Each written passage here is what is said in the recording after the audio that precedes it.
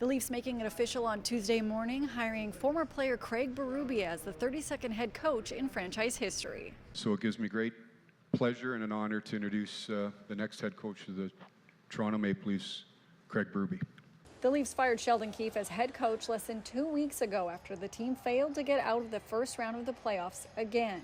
Team GM Brad Treliving says he spoke with 9 candidates for the position, and they're hopeful that the former player will be able to help lead them to success. If you look at the roster, first and foremost, I mean, like I talked about, there's some great players here, and a great opportunity to build a team that, can move forward and become something,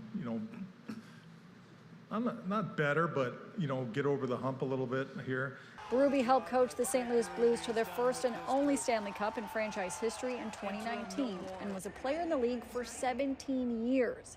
He faced off against Leafs president Brendan Shanahan in the Stanley Cup Finals at one point during their playing careers, and they even dropped the gloves. Craig Berube going at it with Brendan Shanahan. Yeah, I've seen that video, and I remember. Look, I've probably had hundreds of fights in the NHL. Craig probably had more than 200 fights in the NHL.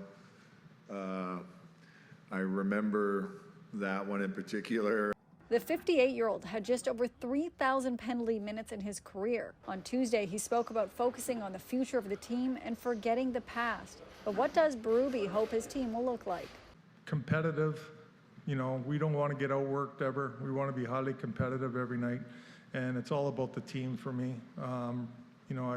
That's one of the things I really focus on, and that's part of building a team. Everybody's important. When it comes to accountability and the players, Berube says that is formed through a partnership, and that partnership will start to develop this summer. For City News, I'm Lindsay Dunn.